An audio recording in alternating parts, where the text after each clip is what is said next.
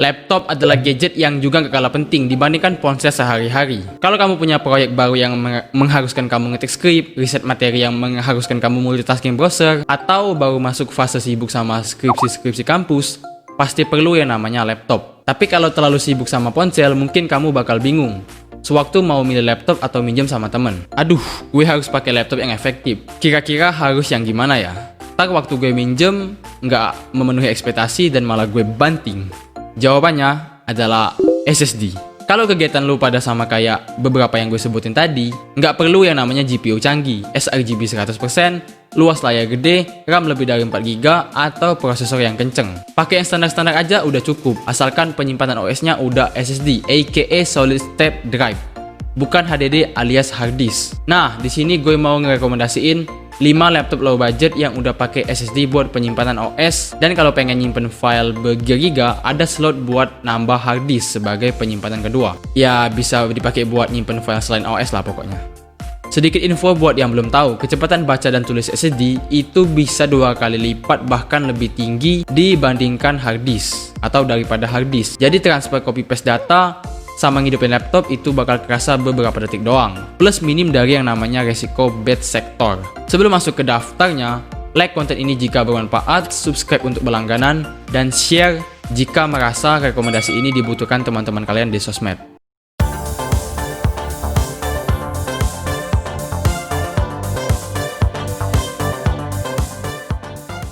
Oke, laptop yang pertama adalah Zyrex Sky 232S2.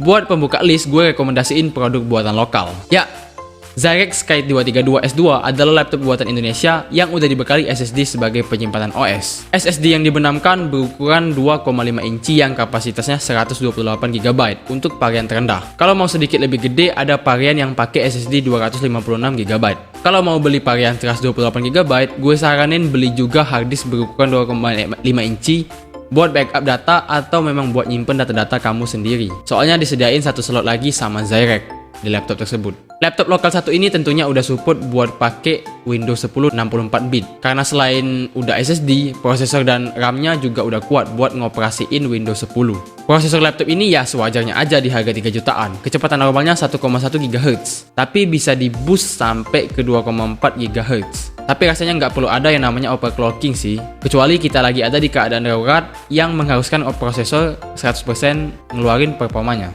Ingat, prosesor standar yang di boost terlalu sering bisa bikin overheat. Kemudian layar, laptop Zyrex 1 ini dibuat punya luas 14 inci dengan resolusi HD 1366 x 768 pixel. Nggak buruk-buruk amat, nggak bagus-bagus amat juga, standar aja. Buat GPU ya pastinya di harga 3 jutaan dapet Intel HD Graphics. RAM-nya berkapasitas 4GB, support Bluetooth, Wi-Fi, ada satu port konektivitas USB 2.0, satu USB 3.0, dan hebatnya udah ada satu USB Type-C. Jadi kalau ada GPU eksternal bisa dihubungin dengan mudah, atau bisa juga buat ngehubungin layar monitor ke laptop. Walau sebenarnya pakai port PGA yang biru juga bisa sih. Terus ada juga port combo jack dan speaker buat fungsi output dan input audio. Nah, buat daya tahannya lumayan juga sih. Baterainya berkapasitas 5000 mAh yang cukup tahan lama. Soalnya layar laptop ini nggak terlalu banyak makan kapasitas baterai. Laptop ini dijual dengan harga mulai dari 3,2 jutaan buat varian terendahnya. Dan menurut gue udah worth it sih, khususnya buat mahasiswa atau pelajar yang butuh laptop buat kegiatan belajar mengajar. 2. Acer A3 1421. Dari laptop lokal, kita beralih ke salah satu brand laptop yang paling sering ditemuin, yaitu Acer dengan produknya Acer A13. Maksud gue A3 1421. Buat harga masih satu kelas sama Zyrex Sky 232S2. Lebih tinggi berapa ratus ribu gitulah. Soal kapasitas SSD yang ditawarkan, ada varian 128GB dan juga 256GB. Layarnya juga masih HD aja, 1366 x 768 pixel. Bahkan luasnya juga 14 inci. Tapi laptop ini punya kecerahan yang lebih baik. Jadi kalau kita naikin brightness-nya ke maksimal, laptop ini lebih terang ketimbang nomor satu tadi. Maksud gue list rekomendasi nomor satu tadi. Buat masalah performa, laptop ini bukan pakai prosesornya Intel, tapi pakai pesaingnya yaitu AMD A4 9120 atau 9120 dengan GPU Radeon R3 Graphics. Nggak beda jauh sih dari segi performa, RAM-nya dikasih kapasitas 4GB DDR4 dan baterainya 40 Wh atau setara 4810 mAh. Yang membedakan, satu ada di konektivitas, karena laptop ini nggak punya port USB Type-C. Adanya satu USB 3.0, 2 USB 2.0, dan port HDMI. Kalau combo jack dan speaker tentunya ada dong.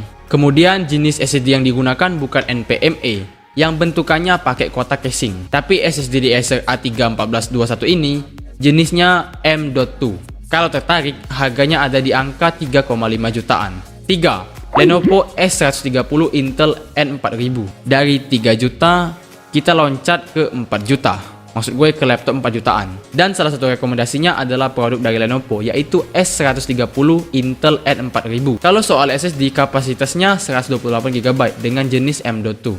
Tapi yang bikin harganya sedikit agak lebih tinggi adalah prosesor laptop ini yang punya kecepatan lebih baik, yaitu 2,6 GHz. Dimana prosesor yang dimaksud adalah Intel Celeron prosesor N4000. Kalau buat fitur dan spesifikasi lainnya, nggak beda jauh sama Dualist tadi. Layar laptop ini 14 inci dengan resolusi HD, RAM-nya berkapasitas 4GB, punya port konektivitas 2 USB 3.0, HDMI, audio jack, dan juga punya port USB Type-C. Baterai laptop ini tergolong lumayan sih, bisa tahan buat pemakaian ringan selama 8 jam. Oh iya, GPU-nya juga lumayan, yaitu Intel HD Graphics 610 yang punya VRAM 128MB, yang dimana kombinasi dan GPU-nya bisa lancar dipakai buat main game point blank di settingan low. Lumayan. 4. Asus VivoBook A420UA. Kalau nyarinya secara online agak susah sih, atau bisa gue bilang jarang yang jual. Padahal desain laptop ini tuh cakep banget menurut gue. Nggak banyak kolaborasi warna, jadi ngeliatnya tuh simple aja. Desainnya sederhana tapi enak di mata. Anjay. Laptop ini udah punya fitur buat meminimalisir overhead. Soalnya kalau laptop biasa yang benar-benar standar itu kan kalau kita buka ya udah kebuka aja. Bagian bawahnya yang ngeluarin panas walau tutup sama lantai kalau kita taruh di bawah. Nah, kalau Asus VivoBook A420UA ini ketika dibuka, dia bagian bawahnya ngangkat waktu kita buka. Jadi bagian bawahnya nggak ketutup dan panas bisa kebuang dengan cukup efektif. Bagian bawahnya yang bikin ngangkat laptop ini jadi pengalaman ngetik juga lebih adem sih menurut gue. Di harganya yang 5-6 jutaan, gue rasa itu sih bagian yang paling keren buat dipertimbangin. Soal spesifikasi juga lebih baik dari ketiga list sebelumnya. Prosesor laptop ini adalah Intel seri Pentium Gold 4417U yang punya kecepatan 2,3 GHz. GPU-nya HD Graphics 620 yang bikin grafis di layar 14 inci tampil juga cukup baik. Dan ngomong-ngomong soal GPU atau grafis, layar laptop ini udah Full HD 1120x1080 pixel dan punya refresh rate 60Hz. Mantep gak tuh? Sementara buat ngolah data dan cache-nya, ada RAM DDR3 berkapasitas 4GB yang punya kecepatan 2133 MHz. Buat nyimpen OS, SSD-nya berkapasitas 256GB.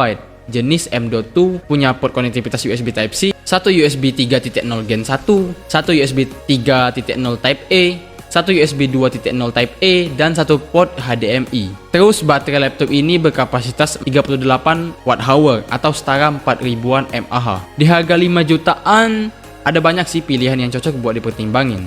Tapi kalau dari gue ya laptop yang udah SSD, salah satunya Asus VivoBook A420UA. 5. HP 15EF 10010NR.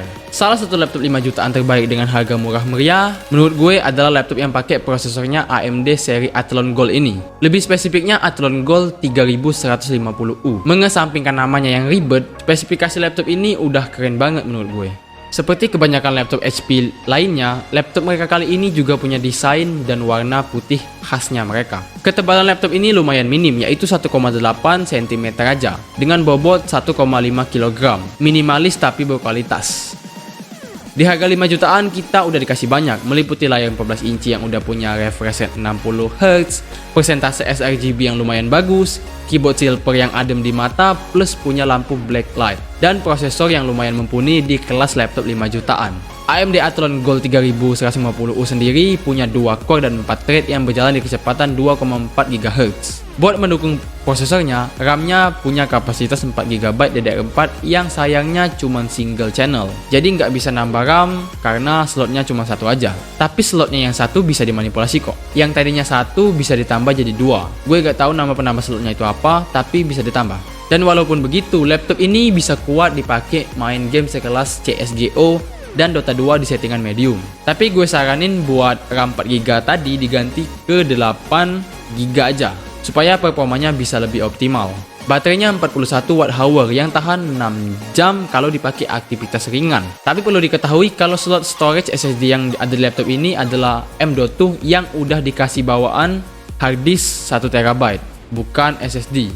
Walau nggak ada SSD bawaan waktu kita beli, nggak apa-apa lah nambah budget sedikit buat nambah SSD sebagai penyimpanan OS dan bootingnya. Terus waktu ngebeli laptop ini, kita bakal dikasih bonus Microsoft Office 2019 plus dapet tas yang kapasitasnya lumayan gede. Gue tahu bukan karena gue punya, tapi karena nonton di channel sebelah, yaitu Nerd Review ID. Dan iya, itulah aja 5 laptop yang bisa gue bahas secara singkat sebagai bentuk konten rekomendasi kali ini. Sebenarnya ada banyak sih produk yang mau gue rekomendasiin, tapi beberapa yang mau gue masukin lain ternyata udah nggak diproduksi lagi. Kayak misalnya Dell Inspiron 11 3000 series. Tapi semua laptop yang gue rekomendasiin tadi worth it. Kalau sekedar aktivitas nulis skrip, editing ringan sebatas cut-cut, dan nambah backsound, muter-muter lagu, nonton film, nonton YouTube, dan lain-lain. Yang penting udah Windows 10 original, desainnya lumayan cakep, plus harganya yang sesuai budget.